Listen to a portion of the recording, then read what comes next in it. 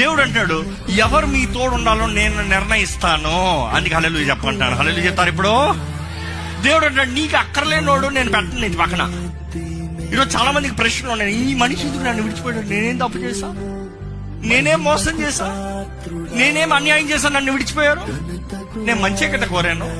దేవుడు అంటాడు, ఆ మనిషిలో నీకు పని లేదు. ఎందుకంటే ఆ మనిషి నీ వాడు కాదు, నీకు తగిన వ్యక్తి కాదు, నీ పక్కన నిలబడి పోరాడే వ్యక్తి కాదు, నీకు ద్రోహం చేసే వ్యక్తి ఏమో, నీకు అన్యాయం చేసే వ్యక్తి ఏమో.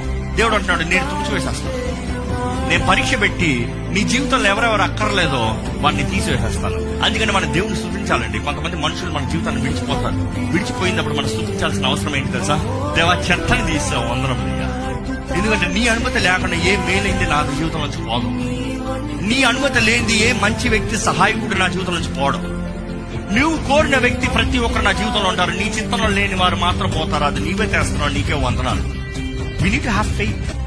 దేవుడు అంటే ఏ పరీక్ష పెడతాను, నేను తీసివేస్తాను. ఎందుకంటే నీ పక్కన ఉండేవాడు నేను నమ్మే వ్యక్తి ఉండాలి. ఈ మాట జాగ్రత్తగా, మనం నమ్మే వ్యక్తి కాదు, కానీ దేవుడు వారిని నమ్మాలంట మన పక్కన ఉంచుతానికి. అదే సమయంలో మనం నేర్చుకోవాల్సిన పాఠం ఏంటంటే, మన జీవితం తోడు ఉన్న వారిని ఎప్పుడు నిర్లక్ష్యపరచకండి.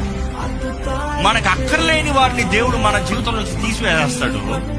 కానీ అదే సమయంలో మన పక్కన ఉన్న వారిని ప్రేమించవలసిన అవసరం ఉంది.